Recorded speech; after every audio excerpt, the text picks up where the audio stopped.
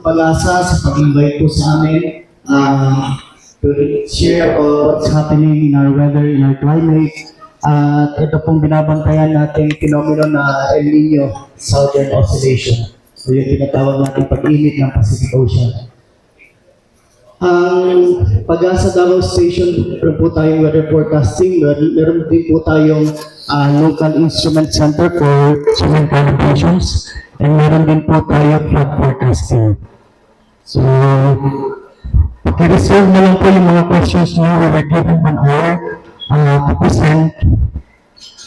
Before po ako share yung meteorological hazards, isilingit ko na rin po yung weather and climate, also the update. So, when we speak about weather and climate, unahin po natin yung weather. Weather is the short-term state. So, panandalian lamang po yan. It's the condition of the atmosphere that can change over a short period of time. So, on a daily basis, short term, yan po yung weather natin.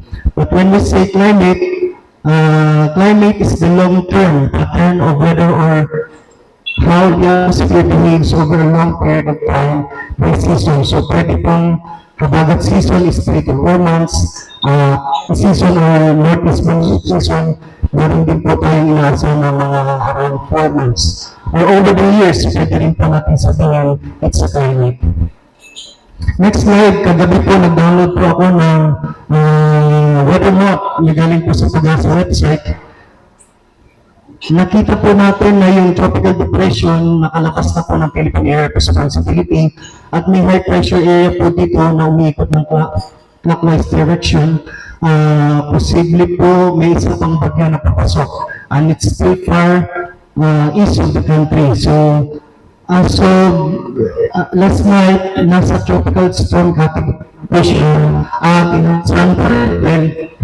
Medyo mainit po yung panahon, mabilis po siyang develop into typhoon category or even in the next or in the coming days maging super typhoon category. Hindi po natin inaalis yung possibility. Next slide, ito po yung tropical cyclone threat potential. Makikita po natin na si tropical cyclone or formerly Henry nakalabas na po ng Philippine Area of Responsibility as of July 2. And meron po tayong inaasahan nga pang bagyo na ito po si tropical cyclone like vortex number 1 na pwede pong lumapit sa eastern side of Luzon or even pass over the extreme northern Luzon. And paglapit po ng isang tropical cyclone, meron na naman po susunod. Number 2. And again, nasa extreme extreme northern zone yung mga forecast natin. So makikita po natin na sunod-sunod po yung mga bagyo dahil sa init po ng Pacific Ocean. Next slide, kung ipo-forecast po natin based on the numerical weather predictions ng Pag-asa website, nag-forecast po ako for July 7, makikita po natin yung pagpasok ng center ng tropical cyclone. So ito pong tropical cyclone, download ko po yung 500 hectopascal wind or around 5 kilometers above the ground. Makikita po natin na very strong pa rin po yung cyclonic circulation. So as a typhoon or super typhoon category, sobrang lakas po niya para ma-maintain po niya yung pag-ikot somewhere in around 5 kilometer level above the ground. So yan po yung scenario, and makikita naman natin dito na merong high pressure area, kaya posible po may interaction pa rin siya na tignan po natin kung mag-extreme northern zone or sana mag-recur pa rin po sa Pacific. So meron po tayong tiny spot dito na probability na sana medyo mag-recur para hindi po malaki ang damage. So available po yung mga numerical prediction models sa Pag-asa website. Pwede nyo po i-download. And for the normal values of Davao City sa Pag-asa station, meron po tayong 30 years sabi na tinatawag natin normal values. So for thunderstorm occurrences, makikita po natin na pinakamataas pa rin po yung mga thunderstorm occurrences on the month of May and October. So dito po nangyayari yung mga maraming thunderstorms about 16 days in a month. Another slide would show the normal values or the 30-year study for the normal rainfall. Makikita po natin na on the month of June and on the month of October, halos parehas po yan. Top notches po sila when it comes to monthly rainfall for Davao City. So makikita natin for June, gradually medyo bababa ng konti sa buwan po ng July. So expectedly, nababawasan po yung rainfall natin for the month of July. And gradually, bumababa rin po dahil posibleng humina yung habagat, mahina pa rin ang habagat. Pero during transition period, makikita po natin yung rainfall natin mas malaki na dahil papasok na po ang hangin. So during the transition period, binabantayan po natin to dahil malaki pa rin po yung possibilities ng mga thunderstorms po yung ipapabala over city. Yung next slide po, kung gusto niyo rin pong pag-aralan yung mga other weather data sa Pag-asa, i-visit niyo lang po yung Pag-asa website, is www.pagasa.bst.gov.ph. Under climate, nandun po yung climatological mamas ng Davao City. And that's the study for 30 years. Makikita niyo po kung sino po yung nasa maximum rainfall.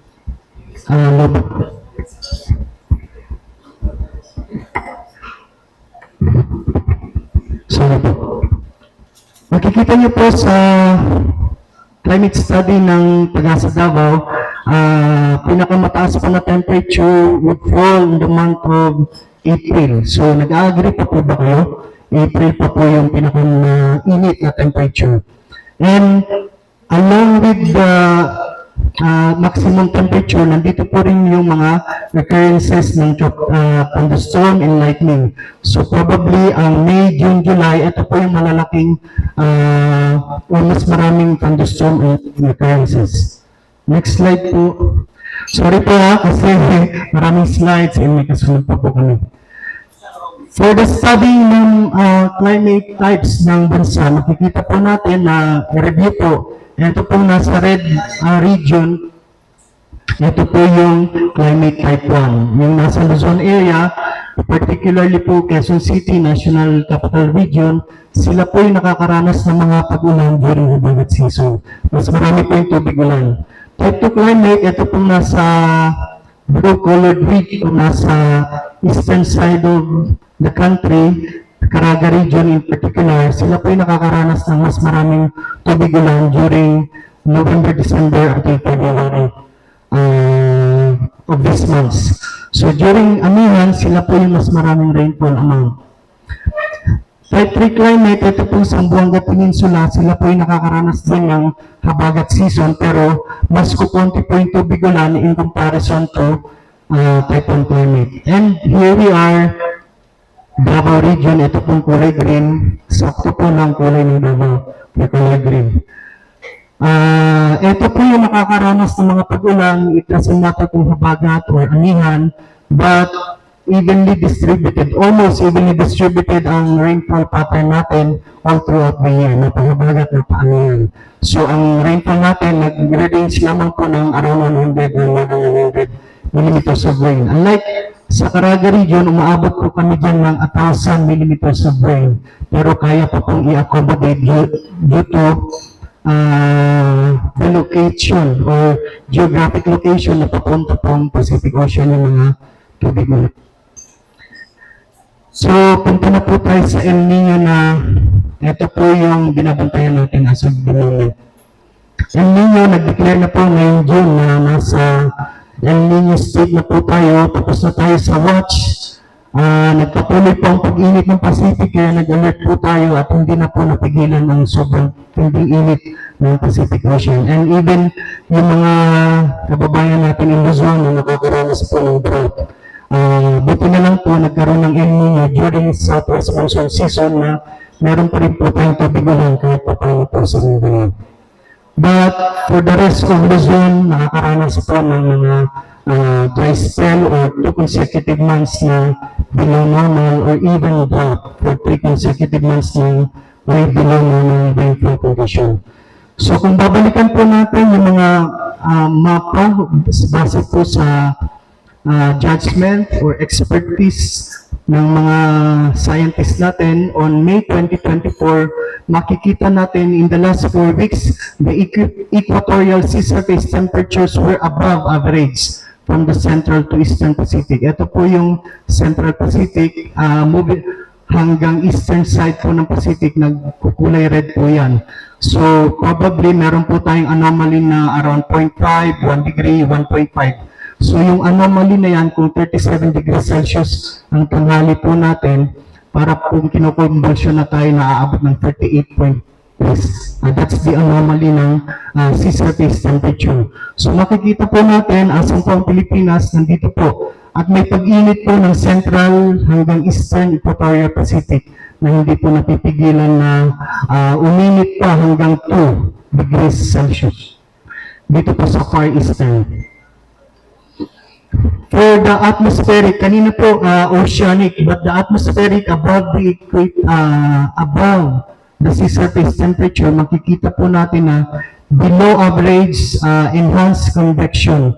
When we say enhanced convection, mabilis po yung mga cloud development dito sa mga region na to, at makikita po natin yung mga pag-ulan nandito lamang po sa southeastern part ng Mindanao or the far eastern part of Mindanao. And above average suppressed convection, meaning meron po tayong mga suppressed convections, hindi gaano po nagkakaroon ng mga pag-ulan, nasusupress po yung mga convective activities like thunderstorm occurrences. Ito po yung na-observe from May 25 to June 19. So makikita po natin yung mga pag-ulan nandito lamang po sa Pacific Ocean, pero suppressed po, kukunti yung mga pag-ulan over the eastern side of the country, kaya kukunti din po yung mga tubig ulan na bumabagsak over the country. Next slide, kung babasihan po natin yung mga probabilities ng mga experts for May, June, July, nandito po sa more than 90% probability. Tatagal po yan August, September, October, we are hitting around 100%. September, October, November, we are still hitting around 100% probability. Up to October, November, December, hanggang it will last to January, Feb, and March, malaki po yung mga probabilities. So halos pantay-pantay po sila, kaya babantayan po natin itong August, September, October, hanggang December po yan. And would even last next year, January, Feb, until March, more than 90% probability pa rin po yung chances ng El Nino. Minsan makakakita po kayo ng super El Nino dahil we are hitting about 1.5 to 2 degrees centigrade anomaly over the Pacific Ocean. And the climate models combined with expert judgment indicate that El Nino will intensify over the coming months and persist until at least early next year. So, downloadable pa rin po yan sa website. Any time of the day, pwede po kayong mag-download. And after a month, meron po tayong climate forum na magko-continue po. Monthly na po yan hanggang makarating po tayo next year. So, may mga climate forum po na ibibigay ang Pag-asa National Capital Region. For the monitoring of El Nino, nagbigay po ng advisory ang Pag-asa. El Nino conditions are present in the tropical Pacific, and the climate model suggests El Nino will likely intensify over the next few seasons and persist until early next year. A strong El Nino is likely to emerge by the August, September, October. So August, September, October, ito po yung mga panahon na mahina ang habagat, matindi ang pag-init ng Pacific Ocean. So pwede po nating maramdaman yung mga pag-init na around 34, 35 degrees maximum temperature around 11 o'clock until 2 o'clock in the afternoon. And pagdating po ng gabi, yung mga extreme thunderstorms or severe thunderstorms, ito po yung nagbibigay ng mga extreme weather conditions na kahit sobrang tindi ng init, magbibigay pa rin ng mga malakas na pag-ulan on a daily basis. And yet, very strong El Nino is favored during October, November, December. So yung very strong na nakikita po natin na merong pag-increase pa over 1.5 degrees up to 1.9 degrees sea surface temperature anomaly. And it will last until January or Feb more than 60% probability pa rin po. So, bantayan po natin sa mga susunod na climate forum. Again, all or even majority ng mga experts na nagmamonitor po ng Pacific Ocean, some would say it's about more than 1 degrees anomaly. Some would say it's about 3.5 degrees anomaly. But on average po, maabot po ng more than 2% degrees probability. 2% additional increase in the anomaly. Kung magpapatuloy nga po ang El Nino for the dry condition, posible po 2 buwan na below normal dry spell, posible na po 3 buwan below normal. Ang drought po, posible na po magpatuloy ng hanggang 3 buwan na way below normal rainfall conditions. So kung magpapatuloy po yan, ang dry spell po pwedeng maranasan sa Davao City or pwedeng magkaroon po tayo ng 2 consecutive below normal rainfall condition na pwede po maka-apekto sa Davao City, including Sarangani and Tawi-Tawi. So drought, medyo malayo pa naman po tayo doon. For the outlook, para naman po sa July, at the end of July, makikita po natin na posibleng magkaroon ng dry normal condition sa malaking bahagi po ng Mindanao, Western provinces, Cotabato, Maguindanao, Misamis Occidental, Surigao del Sur, Caraga Region, Zamboanga Peninsula. At makikita po natin na Davao del Norte, naka-highlight din po na magkaroon ng below or dry condition, meaning 2 buwan po na makasunod na below normal ang rainfall condition po natin. And over the months, pwede po natin ma-download yan at mapabago pa po yan sa mga susunod na climate forum.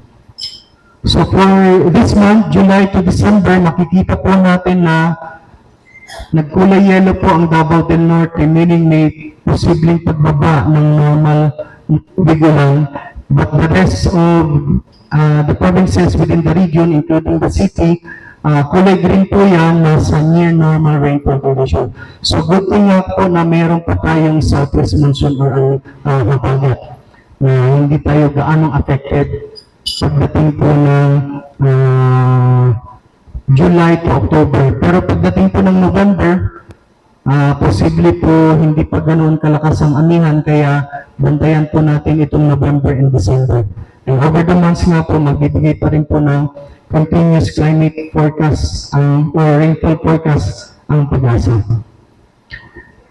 Hydromet hazards na po tayo. So, bigyan na po natin ng mga emphasis yung mga weather systems natin na patuloy po nagbibigay ng mga pag-ulan.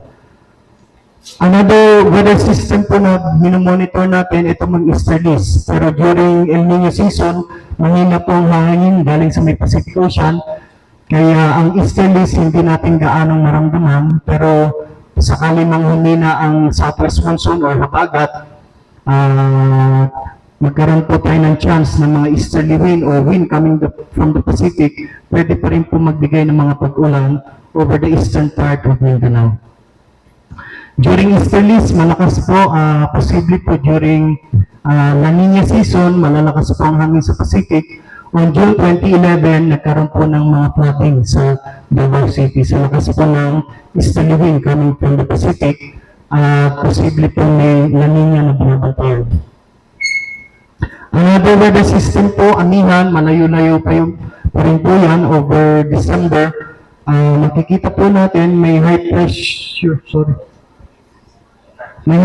area po dito sa southern part ng China na umiikot po ng clockwise direction. Kaya nakakaranas po tayo ng amihan because of high pressure area dun sa northern part of the country, nagbibigay po ng malamig na hangin. So ito po yung amihan. During amihan, nakakaranas pa rin po tayo ng mga pag-ulan, gaya po ng mga flooding na nangyari noong January 2019 sa Davao del Norte during amihan season. For amihan season, with the combined effect of easterly wind, makikita po natin yung malamig na hangin at yung mainit na hangin galing sa Pacific Ocean. Pag nagsalubong po yung dalawa, nakikreate po yung tinatawag nating shear line. During the occurrences of shear line, kalimitan po yan, merong amihan, merong easterly wind, nagkakaroon pa rin po ng mga pagbaha over Mindanao, lalo po yung dito sa Davao de Oro area. Noong January 2024, meron pong amihan, merong easterly wind, at may El Nino po na binabantayan. Kaya halo-halong weather systems, weather phenomenon, magpapabaha pa rin po sa Davao region. For the next slide, ito pong habagat, ito po yung nararamdaman natin sa ngayon. Meron po tayong southwest wind, galing po sa below the equator, tatagos po or aakyat papuntang eastern part of the country, kaya mas maulan po sa Luzon area during habagat. Pero sa Mindanao, kung wala naman po mga bagyong mabubuo, malayo naman po yung mga pag-ulan sa Davao region.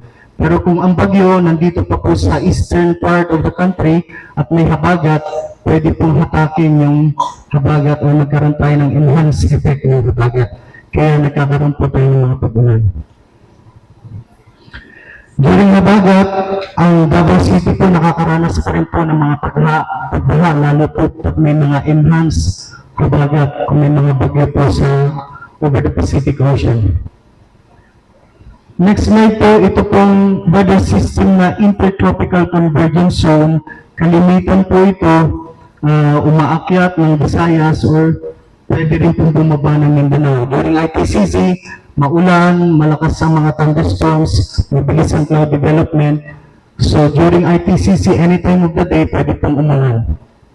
Mahina po ang habagat, mahina po ang easterly wind, mahina po ang amihan, so meron pong weather system na pumapasok na IPCC. And during IPCC, dito po sila nag-merge somewhere near the equator, meron pong northeast wind, and meron pong southeast wind. So pag nag-combine po yung dalawang hangin, mabilis po yung mga cloud development. And along the IPCC, minsan may mga umiikot po na low pressure area along this region. And yung IPCC, mabilis po yung cloud development, mabilis po yung cloud formation, marami pong mga low pressure na posibleng maging bagyo din po during IPCC. During IPCC, na-download ko po ito sa internet. May mga pagbaha o pagbuo ng lupa sa Don Marcelino, Davao Occidental during IPCC noong May 2025. Kung wala naman pong amihan, walang habagat, pero may low pressure area, pwede pa rin pong magkaroon ng mga pag-ulan sa over the country, lalo po pag nasa eastern side ng Mindanao. And kung may low pressure area, pwede pa rin pong magpaulan ulit dito sa Davao del Norte.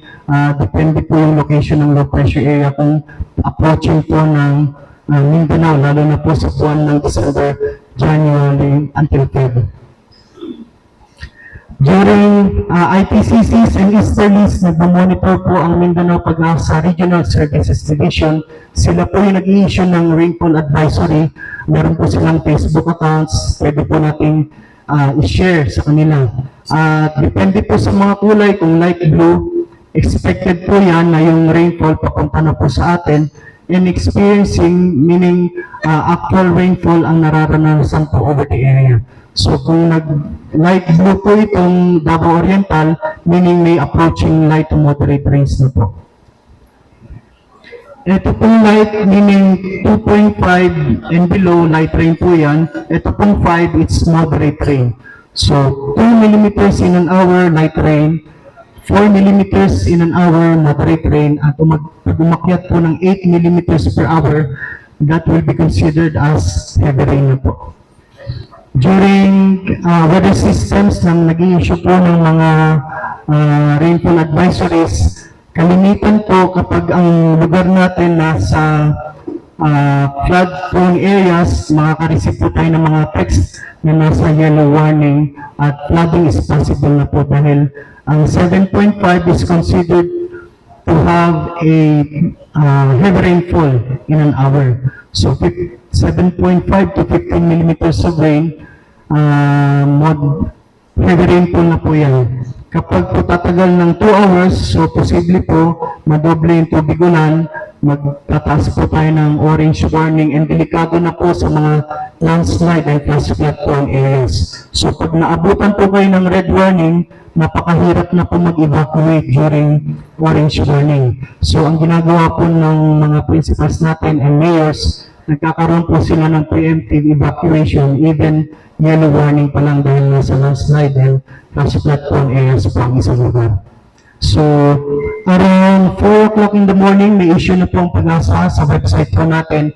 Kung meron na po signal number 1, ika-cancel na po yung mga classes ng mga primary and elementary students. So, it's too late po kung pinadala na natin ang mga bata sa school without visiting the Pag-asa website na meron na pong cancellation ng classes at pinaas na po signal number 1 sa isang lugar. Next slide po. During thunderstorms, may easterlies, may habagat, may amihan, may IPCZ. Malaki po yung possibility na magkaroon tayong mga thunderstorms or even LPA and tropical cyclone probabilities. Meron po mga thunderstorm occurrences. Makikita niyo po yung mukhang mushroom cloud. Ito po yung 5 kilometer level. Minsan umakyat po yun ng 12 kilometers above the ground. So yung mga concentration po yung mga hail probabilities, strong winds, heavy rains, nandito po sa around 5 kilometer level. So kung makakita po kayo ng bandang hapon, kung maliligo po kayo sa tabing dagat or sa mga pool areas, makarinig po kayo ng thunderstorm or makakita ng lightning, pwede pong umahon na po kayo. During flight ng mga balloons around 7:30 in the morning, ginagamit po natin itong mga weather balloons para po makapagpalipad ng balloon around 7:30 in the morning. 9:30 in the morning, may thunderstorm advisory na po tayo sa Pag-asa Davao Pag-asa Davao Facebook account. So, 9:30 a.m. maglalas po yan until 9:30 p.m. Magpapalipad uli kami ng balloon for night shift. Meron po tayong thunderstorm advisory. So, sa mga flight ng balloon, makikita po namin yung wind direction, wind speed, relative humidity, thunderstorm activities na possible. Kaya magbibigay po kami ng advisory. So, sa Pag-asa Davao na Facebook account, nandun po around 9 in the morning and 9 in the evening. Kung na-meet po namin yung criteria na around more than 50% probability, mag-i-issue po kami ng thunderstorm watch. And during landing and take-off ng mga planes po natin sa Davao International Airport, so kinuha ko lang po yung image from the US, pero ito po yung 6 kilometer radius. Kung makakakita po kami ng thunderstorm activities within 6 kilometer radius, mag-advise po kami kay CAAP na meron po tayong thunderstorm activities and hindi po sila nag-allow ng mga landing and take-off. So, kung abutan po yung plane sa taas, paikot-ikot lang po tayo, and kung may mga delay ng flights, dahil po yun sa mga thunderstorm activities, mahirap pong i-risk natin yung mga buhay ng mga pasahero during landing and take-off. Kasi ang thunderstorms pwede pong magbigay ng mga strong winds. So, pagdating po ng around more than 6 kilometer radius, nasa labas na po yung thunderstorm, then that's the only time na magbibigay kami ng all clear sky na po sa within 6 kilometer radius sa Civil Aviation Authority of the Philippines.